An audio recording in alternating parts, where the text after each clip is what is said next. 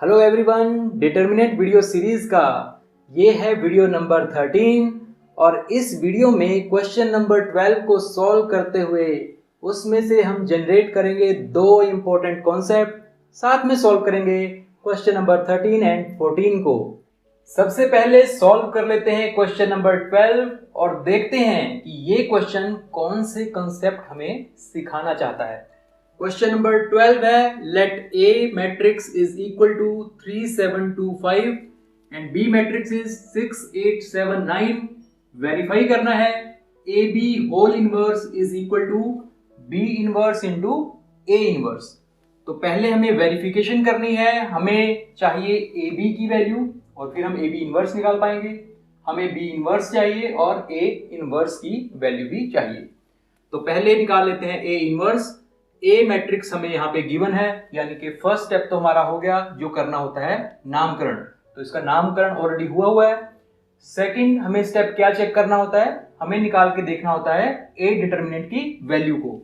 तो A determinant निकालते हैं। A determinant is equal to, अब इस केस में A डिटर्मिनेंट अगर हमें निकालना है तो वो हो जाएगा 1 इज द राइट आंसर। क्या किया है हमने, इस मैट्रिक्स का निकाला है डिटर्मिनेंट, तो this element into this element minus this element into this element, that is 15 minus 14 is equal to 1। अब हमें इनवर्स निकालने के लिए अगला स्टेप क्या चेक करना होता है, चेक करना होता है कि मैट्रिक्स जो है वो सिंगुलर है या नॉन सिंगुलर। और वो कैसे पता लगता है, अगर A डिटर्मिनेंट की वैल्यू 0 के इक्वल नहीं है इसका मतलब मैट्रिक्स है नॉन सिंगुलर, और अगर नॉन सिंगुलर है तो इसका इनवर्स एग्जिस्ट करेगा। अगला स्टेप इनवर्स निकालने के लिए क्या होता है, हमें चाहिए होती है एडजॉइंट की वैल्यू। और अगर एपिसोड 10 आपने ध्यान से देखा है तो 2 क्रॉस 2 का एडजॉइंट निकालने का शॉर्टकट मेथड हमने किया था, उसी मेथड से निकालते हैं इसका एडजॉइंट। कैसे निकालते हैं एडजॉइंट शॉर्टकट मेथड से, हमने क्या करना है, जो है ये डायगोनल एलिमेंट यानी कि A11 एंड A22, इनको कर देना है फ्लिप इंटरचेंज। तो यहाँ पे आ जाएगा 5 और यहाँ आ जाएगा 3। और क्या करना होता है, हमने जो ऑफ डायगोनल एलिमेंट्स है इनके कर देने होते हैं साइन चेंज। तो ये बन जाएगा -7 और यहाँ पे 2 है तो ये बन जाएगा -2। तो ये निकल गया हमारा एडजॉइंट ऑफ A। आप चाहें तो वो दूसरे मेथड से भी एडजॉइंट निकाल सकते हैं, मतलब पहले आप कोफैक्टर निकाल लीजिए, फिर कोफैक्टर मैट्रिक का ट्रांसपोज, उससे भी आप एडजॉइंट निकाल सकते हैं। एडजॉइंट आ चुका है, हमें निकालना है इनवर्स। तो फॉर्मूला क्या होता है इनवर्स का, बिल्कुल सही फॉर्मूला है A inverse is equal to 1 by A determinant into adjoint of A। फॉर्मूले में वैल्यूज चिपका दीजिए और आंसर आ जाएगा हमारे पास 1 upon A determinant. A determinant की वैल्यू आई थी 1, तो 1 अपॉन 1 दैट इज 1, और साथ में चिपका देना है एडजॉइंट ऑफ A यानी कि ये। यहां 1 अपॉन 1 होता है 1, उसको मैंने मल्टीप्लाई करके ये आंसर हमारा फाइनल लिख लिया है A इनवर्स के लिए। अब और किस चीज की जरूरत पड़ेगी हमें, B इनवर्स की जरूरत पड़ेगी। B इनवर्स भी निकाल लेते हैं। यहाँ पे B हमें ऑलरेडी गिवन है, तो हमें चलना है अपने सीधे स्टेप 2 पे, यानी B का निकालना है डिटर्मिनेंट। तो B डिटर्मिनेंट हो जाएगा डिटर्मिनेंट ऑफ 6879। और कैसे सॉल्व करते हैं इसको, जल्दी से वैल्यू निकालिए।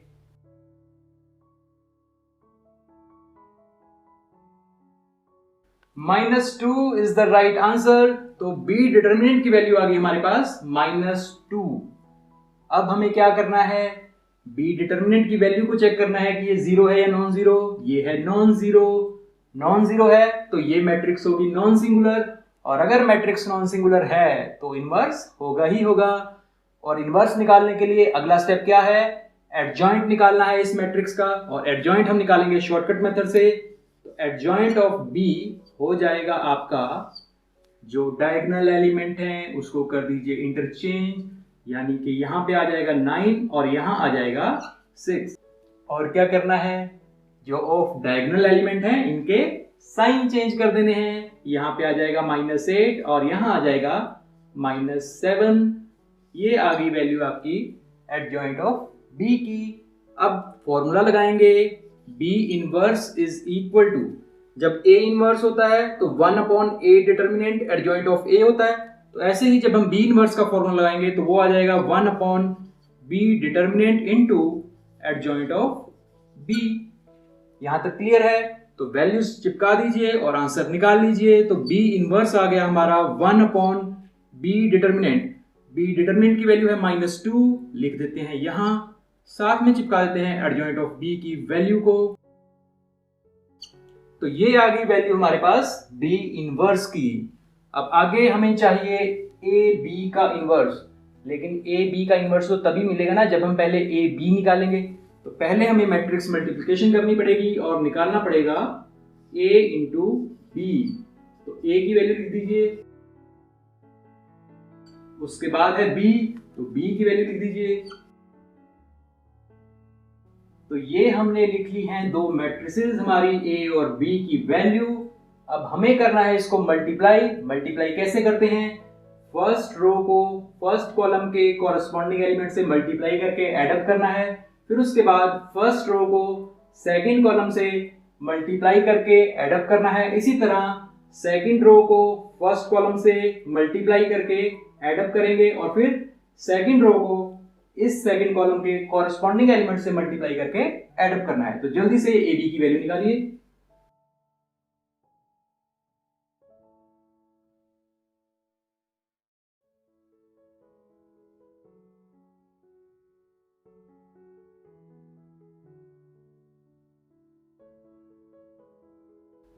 इसको कर लेते हैं सिंप्लीफाई। तो AB की वैल्यू क्या आ जाएगी?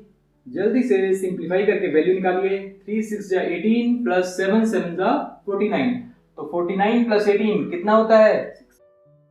67 इज द राइट आंसर। और यहां पे है 8 इंटू 3 24, 7 9 जा 63। तो 63 प्लस 24 कितनी वैल्यू आएगी? 87 इज द राइट आंसर। और यहां पे क्या है? 6 2 जा 12 प्लस 7 5 जा 35। तो 35 प्लस 12 कितना होता है? 47 इज द राइट आंसर। और यहां पे क्या है? 8 2 जा 16 प्लस 9 5 जा 45। तो 45 plus 16 61 is the right answer. तो ये आ गया हमारे पास AB मैट्रिक्स की value.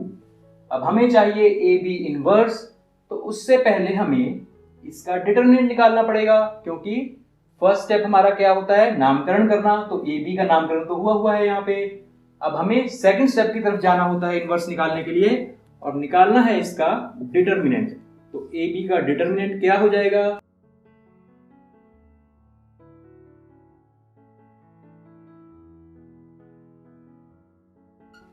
-2 is the right answer. कैसे आया ये?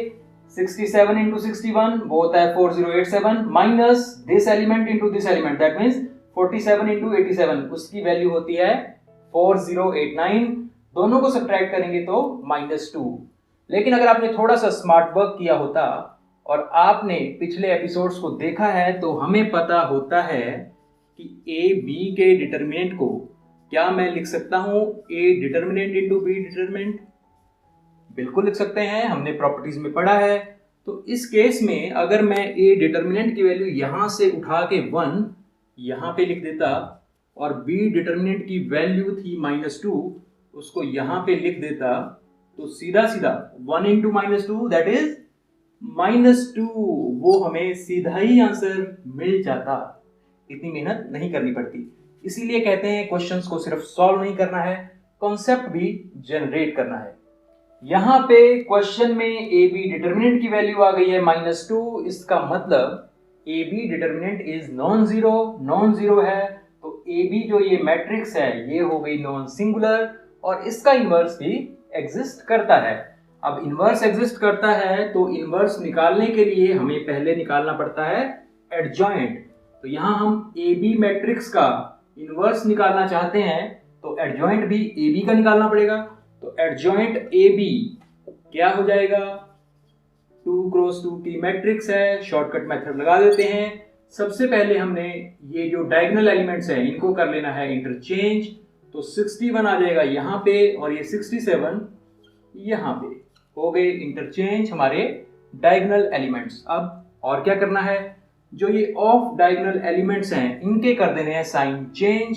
ये है पॉजिटिव 87 तो बन जाएगा -87, ये है 47 तो बन जाएगा -47। तो ये आ गया हमारे पास एडजॉइंट ऑफ ए बी। अब ए इनवर्स का फॉर्मूला था 1/a determinant into adjoint of A, ऐसे ही ए बी इनवर्स का फॉर्मूला क्या हो जाएगा,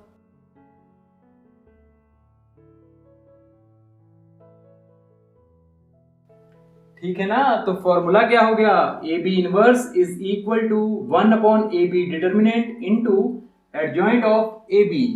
क्लियर होता है, यहां से ए इनवर्स है तो 1/a determinant into adjoint of A.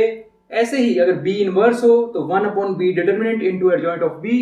तो जिस भी मैट्रिक्स का इनवर्स आपने निकालना है, जैसे हमने यहां निकालना था ए बी का इनवर्स, तो ए बी इनवर्स का फॉर्मूला क्या हो जाएगा, 1/ जिस भी मैट्रिक्स का इनवर्स निकालना है उसका determinant into adjoint of that matrix. तो ए बी इनवर्स का फॉर्मूला ये हो गया हमारे पास। अब सिर्फ वैल्यूज पुट करनी है और ए बी इनवर्स निकल जाएगा। तो ए बी इनवर्स आ गया हमारे पास 1/ab determinant. A B determinant आया था -2, तो वैल्यू आ जाएगी -2 यहाँ पे, और साथ में चिपका दीजिए एडजॉइंट ऑफ ए बी की वैल्यू को, जो कि है ये। तो निकल चुकी है वैल्यू ए बी इनवर्स की। इसको हम दे देते हैं नंबर 1। ऐसा क्यों किया हमने, क्योंकि हमें वेरीफाई करना है कि A B inverse is equal to multiplication of B inverse into A inverse. तो ए बी इनवर्स की वैल्यू चाहिए, वो हमने यहाँ पे निकाल के इसको नंबर 1 दे दिया। अब हमें राइट हैंड साइड में क्या चाहिए, राइट हैंड साइड में चाहिए हमें B inverse into A inverse. मतलब पहले बी इनवर्स को लिखना है, बी इनवर्स है ये, इसको लिख देते हैं। उसके बाद हमें चाहिए ए इनवर्स, ए इनवर्स की वैल्यू है ये, इसको लिख देते हैं। अब क्या करना है, इन दोनों को करना है मल्टीप्लाई। तो ये 1/-2 जो है वो एज इट इज आ गया। इसको मल्टीप्लाई करना आपको आता है, जल्दी से मल्टीप्लाई कीजिए और वैल्यू निकालिए।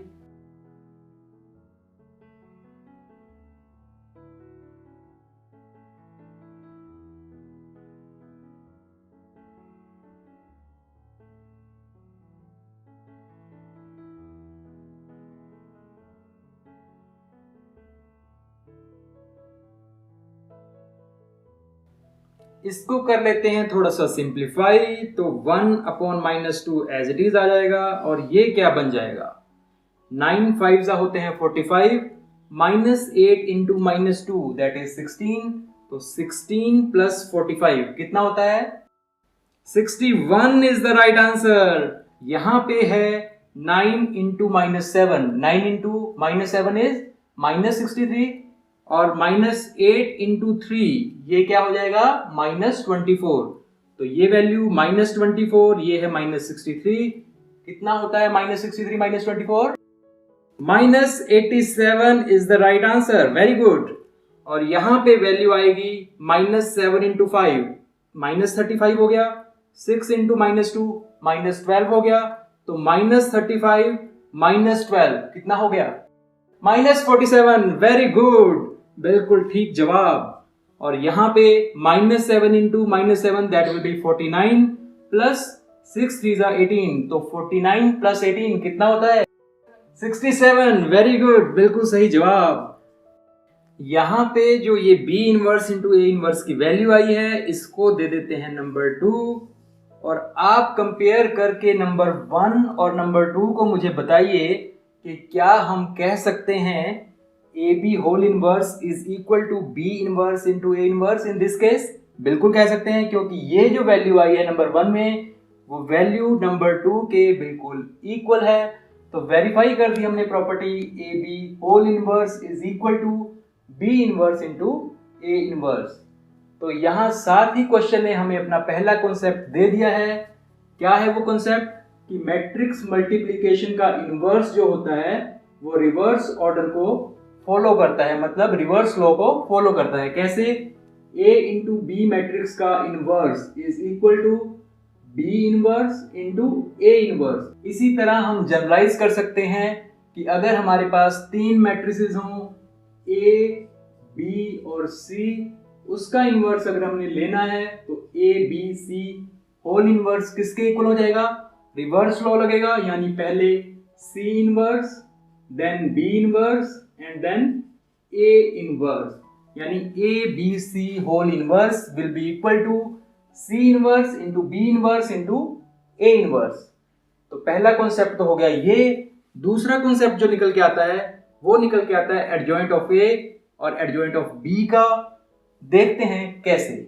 कॉन्सेप्ट है एडजॉइंट ऑफ ए बी। तो ये है इस क्वेश्चन ने दूसरा कॉन्सेप्ट जो हमको सिखाया है, adjoint of A B is equal to adjoint of B into adjoint of A.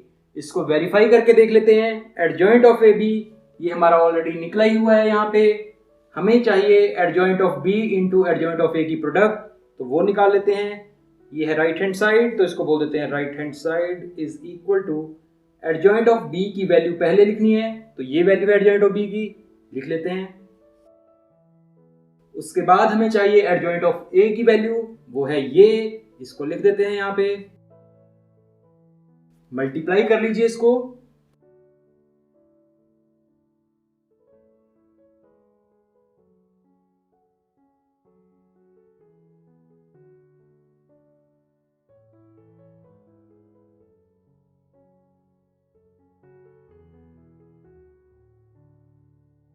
इसको कर लेते हैं simplify. 9 into 5 45 plus minus 8 into minus 2 that is 16। 16 plus 45 क्या वैल्यू आ जाएगी 61। यहाँ पे 9 इंटू माइनस 7, 9 7 63, माइनस है तो माइनस 63 और minus 8 into 3 that is minus 24। तो कितनी वैल्यू आ जाएगी टोटल माइनस 87, बिल्कुल सही। और यहाँ पे minus 7 into 5 that is minus 35, 6 into minus 2 that is minus 12, minus 12 minus 35 वो हो जाएगा माइनस 47। और यहाँ पे minus 7 into minus 7 that is 49, 6 into 3 that is 18, तो 49 प्लस 18 हो गया 67, बिल्कुल सही। तो ये वैल्यू आ गई हमारे पास राइट हैंड साइड, यानी adjoint of B into adjoint of A की, जो कि है एडजॉइंट ऑफ ए बी के इक्वल, बिल्कुल सेम है। तो एक और कॉन्सेप्ट यहां से निकल के आ गया कि एडजॉइंट ऑफ ए बी, इसके ऊपर भी रिवर्स लॉ फॉलो होता है। एडजॉइंट ऑफ ए बी होता है adjoint of B into adjoint of A. तो इस क्वेश्चन ने दो कॉन्सेप्ट हमें दिए हैं, एक तो ये कि A B C whole inverse is equal to C inverse into B inverse into A inverse, और दूसरा adjoint of A B is equal to adjoint of B into adjoint of A. अब बात कर लेते हैं क्वेश्चन नंबर 13 की। सबसे पहले मैं आपको बता दूं कि ये जो क्वेश्चन है ये एग्जामिनेशन पॉइंट ऑफ व्यू से बहुत ज्यादा इंपॉर्टेंट है और एग्जाम में इस क्वेश्चन के आने के चांसेस बहुत ज्यादा हैं। क्वेश्चन है if A is equal to matrix 3 1 -1 2 show that a square minus 5a plus 7i is equal to 0, hence find a inverse। तो सबसे पहले तो ये जो 0 है बोल्ड करके लिखा हुआ, इसका मतलब होता है नल मैट्रिक्स या जीरो मैट्रिक्स। और दूसरी बात, ये क्वेश्चन एक और तरीके से पूछ लेते हैं नॉर्मली कि if a satisfies the equation x square minus 5x plus 7 is equal to 0, then find a inverse। तो यहाँ अगर आपको ऐसे आ जाए क्वेश्चन तो घबराने की कोई बात नहीं, इसका और इसका मतलब सेम है। अगर a इस इक्वेशन को सेटिस्फाई करता है तो इसका मतलब जब इस a की वैल्यू मैं x की जगह पे सब्स्टिट्यूट करूंगा तो वो उसको सेटिस्फाई करेगा। तो x की जगह पे अगर a हम पुट करेंगे तो x स्क्वायर का मतलब हो जाएगा a स्क्वायर माइनस 5x की जगह पे a, और जो ये 7i लिखा है मैट्रिसेस के केस में जो यहाँ सिंगल 7 है उसका मतलब होता है 7 इंटू आइडेंटिटी मैट्रिक्स, और जो ये 0 होता है इसका मतलब होता है 0 या नल मैट्रिक्स। तो क्वेश्चन जैसे भी आ जाए मतलब उसका है सेम। अब हमें क्वेश्चन में क्या शो करना है, हमें शो करना है a square minus 5a plus 7i is equal to 0। तो उससे पहले मुझे चाहिए होगी वैल्यू a स्क्वायर की, 5a की और 7i की। तो सबसे पहले निकाल लेते हैं वैल्यू ए स्क्वायर की। अब ए स्क्वायर का मतलब क्या है? ए स्क्वायर का मतलब हो गया ए इंटू ए मैट्रिक्स। अब ए इंटू ए का मतलब क्या हो गया? पहले हम ए की वैल्यू लिख देते हैं, यहां से मल्टीप्लाई किससे करना है? ए से करना है, फिर से ए को लिखना पड़ेगा।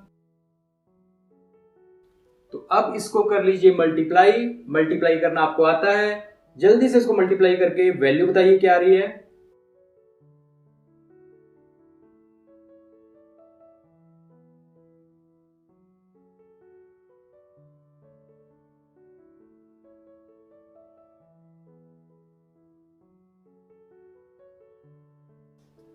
इसको कर लेते हैं सिंप्लीफाई, तो फाइनल आंसर आ जाएगा ए स्क्वायर इज इक्वल टू 3 3 जा 9 plus 1 into minus 1 that is -1। तो 9 माइनस 1 वो आ गया 8, और यहाँ पे 3 1 जा 3 प्लस 2 1 जा 2, 3 प्लस 2 दैट इज 5। यहाँ पे क्या आएगा? -1 इंटू 3 -3, 2 इंटू -1 दैट इज -2, तो -3 -2 वो हो जाएगा -5। यहाँ की वैल्यू 1 इंटू -1 दैट इज -1, 2 2 जा 4, तो 4 -1 वो हो गया हमारे पास 3। तो ये आ गई हमारे पास ए स्क्वायर की वैल्यू। अब हमें क्या चाहिए आगे? -5a। -5a की वैल्यू निकाल लेते हैं, -5a। इसका मतलब क्या हो गया? ये वाला -5 एज इट इज, और a जो मैट्रिक्स है हमारे पास उसको चिपका देते हैं यहां पे।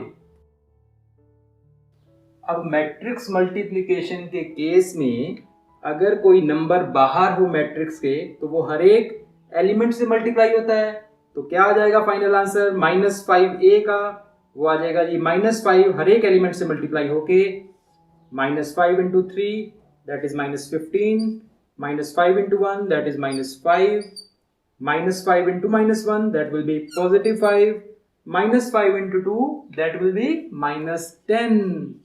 तो ये वैल्यू आ गई -5a की। अब आगे हमें चाहिए 7i, तो 7i का मतलब हो गया 7 इंटू आइडेंटिटी मैट्रिक्स। यहाँ पे बात जो चल रही है वो चल रही है 2 क्रॉस 2 मैट्रिक्स की, तो आइडेंटिटी मैट्रिक्स भी हमने लेनी है 2 क्रॉस 2 की। ये होती है 2 क्रॉस 2 की आइडेंटिटी मैट्रिक्स।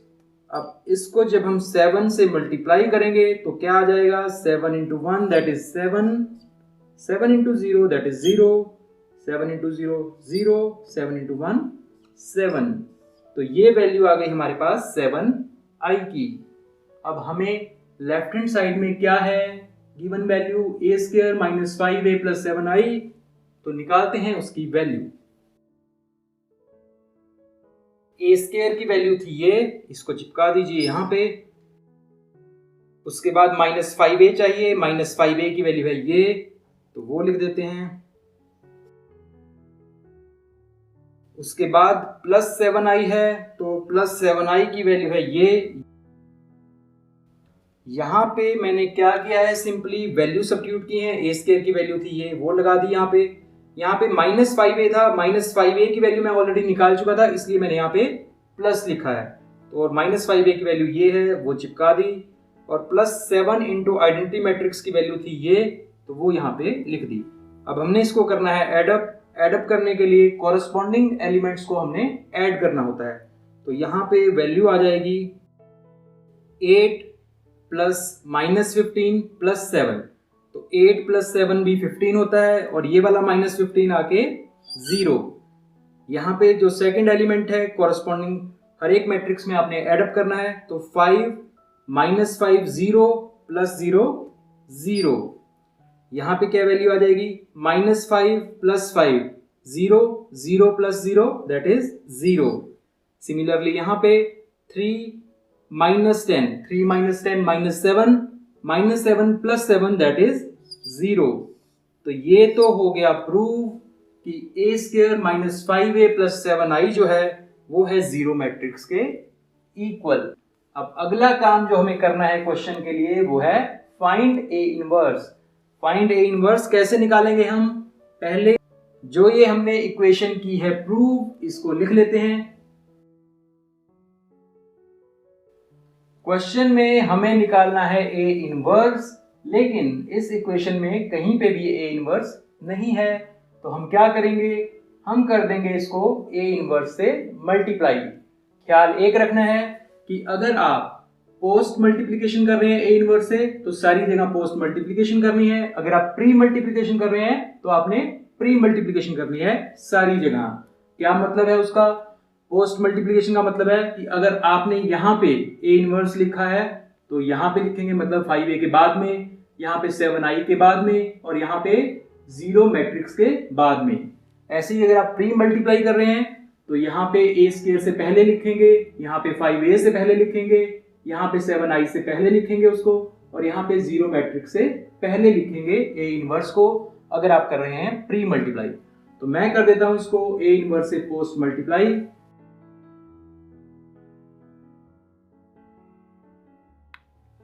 यहां पे हम पोस्ट मल्टीप्लाई कर रहे हैं ए इनवर्स से, तो आपने लिखना भी है post multiplying by A inverse because A determinant is not equal to 0। अगर ए डिटर्मिनेंट 0 होता तो ए इनवर्स एग्जिस्ट ही नहीं करता।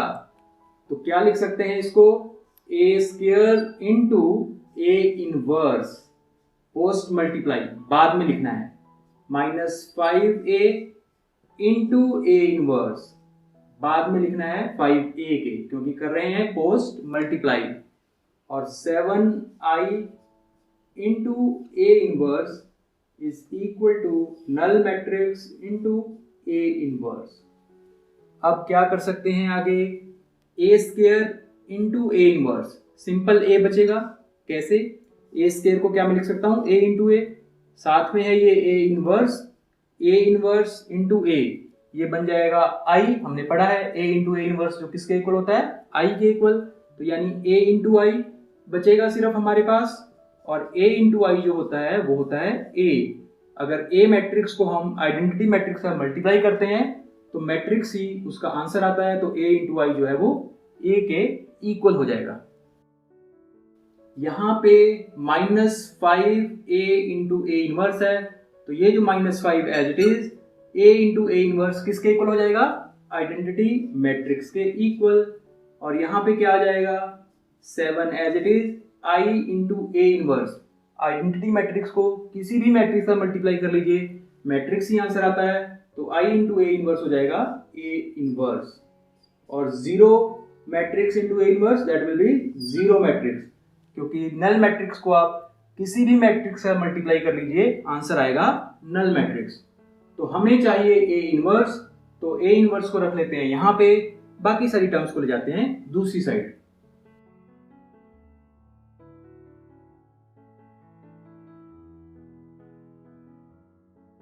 इस इक्वेशन को थोड़ा सा सेट करके लिख लेते हैं, तो ये आ गया 7a inverse is equal to 5i को लिख लेता हूं आगे, और ये 0 मैट्रिक्स माइनस ए, 0 मैट्रिक्स माइनस ए बचेगा। अब वैल्यूज कर देते हैं सब्स्टिट्यूट, तो 7a inverse as it is, 5i का मतलब हो गया 5 इंटू आइडेंटिटी मैट्रिक्स, माइनस ए की वैल्यू यहां से चिपका दीजिए, इसको कर लीजिए सिंप्लीफाई, तो 7a inverse is equal to ये 5 जो है ये पूरी आइडेंटिटी मैट्रिक्स का मल्टीप्लाई हो रहा है, तो क्या हो जाएगा ये 5005।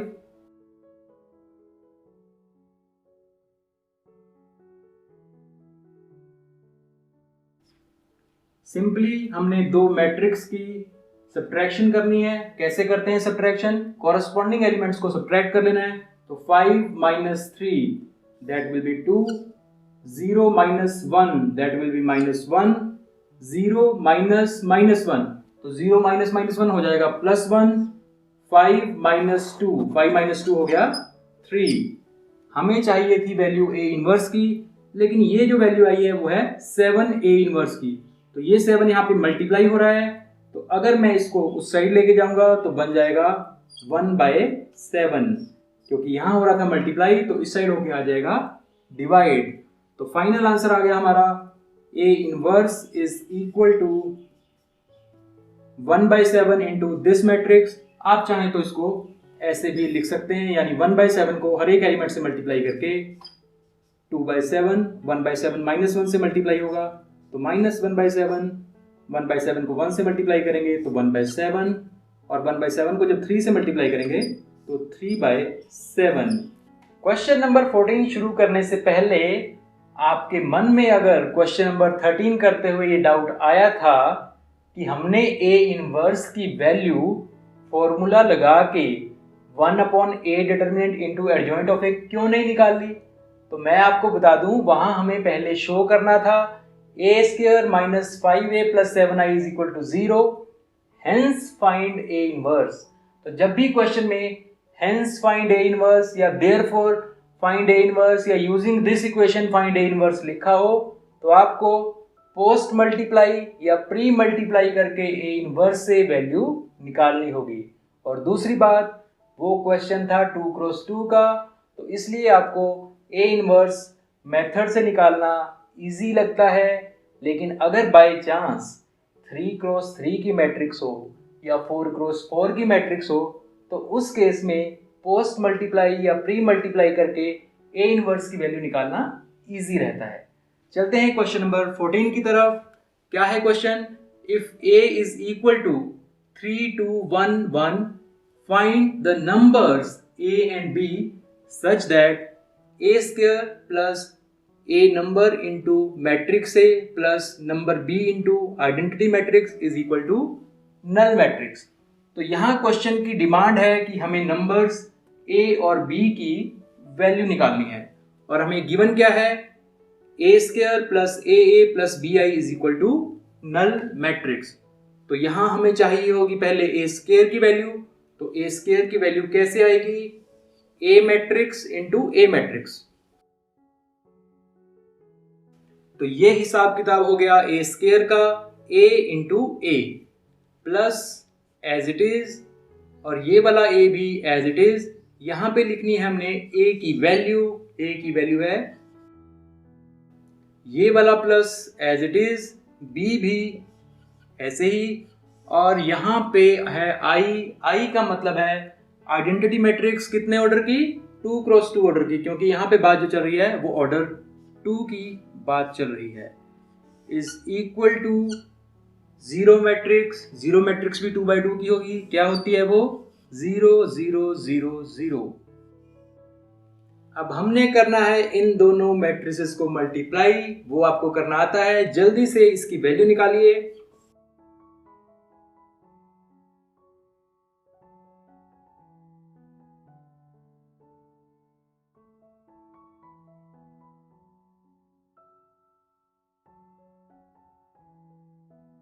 यहां से प्लस एज इट इज, और ये a है नंबर, और अगर नंबर हो मैट्रिक्स के बाहर तो वो हर एक एलिमेंट से होता है मल्टीप्लाई। तो ये आ जाएगा 3a 2a 1 इंटू a, वो हो जाएगा a, और यहां पे भी वैल्यू आ जाएगी a। ये वाला plus as it is, b into identity matrix, मतलब b जो नंबर है उसको मल्टीप्लाई करना है हमने मैट्रिक्स से, हर एक एलिमेंट से मल्टीप्लाई होगा, और क्या आ जाएगा? क्या किया हमने? b into 1 that is b, b into 0 that is 0। इसी तरह इन एलिमेंट से भी कर लिया है मल्टीप्लाई, और ये जो नल मैट्रिक्स है ये आ गई हमारी एज इट इज। इसको कर लेते हैं थोड़ा सिंप्लीफाई। 3 3 9 प्लस 2 कितना हो जाएगा? 11, बिल्कुल सही। और 3 2 6 plus 2 into 1 that is 2, 6 plus 2 that is 8। यहाँ पे कितनी वैल्यू आएगी? 3 1 3 प्लस 1 इंटू 1 दैट इज 1, तो 3 प्लस 1 वो हो गया 4। 2 1 2 plus 1 into 1 that is 1, 2 plus 1 that is 3। तो इस मैट्रिक्स को सिंप्लीफाई करके ये वैल्यू मिल गई है, ये वाला प्लस एज इट इज, और साथ ही कर लेते हैं इन दोनों की एडिशन। तो क्या आ जाएगा? 3a plus b, 2a plus 0 that will be 2a, a plus 0 a plus b, और ये नल मैट्रिक्स जो है वो एज इट इज। तो इस स्टेप में हमने क्या किया है? हमने इसको सिंप्लीफाई करके लिख लिया, साथ में इन दोनों को कंबाइन करके जो आंसर आ रहा था वो लिख लिया। ये वाली मैट्रिक्स एज इट इज। इसको हमें करना है ऐड अप, तो कर लीजिए ऐड। क्या आएगा?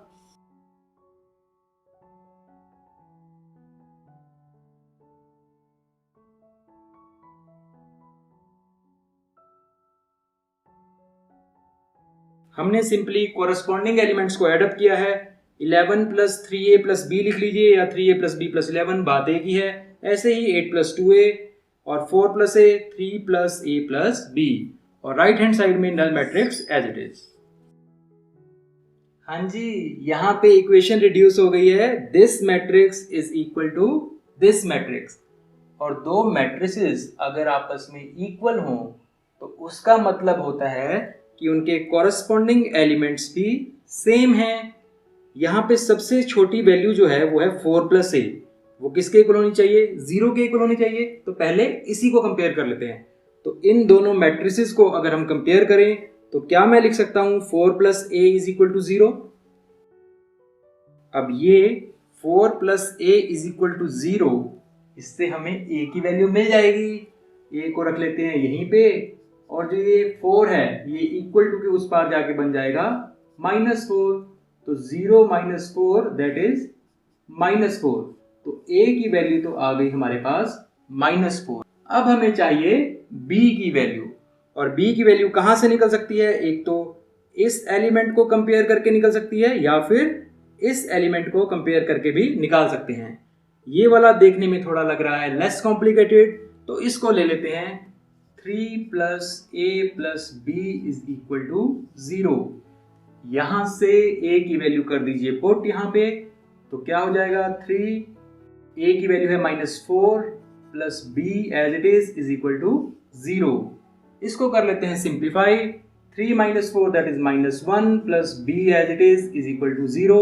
तो b की वैल्यू आ गई, ये -1 है उसे हट जाके +1, 0 प्लस 1 दैट इज 1। तो इस क्वेश्चन में a और b की वैल्यूज हमारे पास आ गई हैं -4 एंड 1 रिस्पेक्टिवली। अब बारी है आपके काम की, और आपका काम है कि आपने क्वेश्चन नंबर 12, 13 और 14 फिर से करके देखने हैं, और साथ में करने हैं ट्राई सॉल्व्ड एग्जांपल्स अपनी बुक के। और अगर कोई डाउट आता है आपको तो आपने लिख देना है उसको कमेंट सेक्शन में। वीडियो अगर आया है पसंद तो इसको कर दीजिए लाइक, और सभी फ्रेंड्स के साथ इसको कर दीजिए शेयर।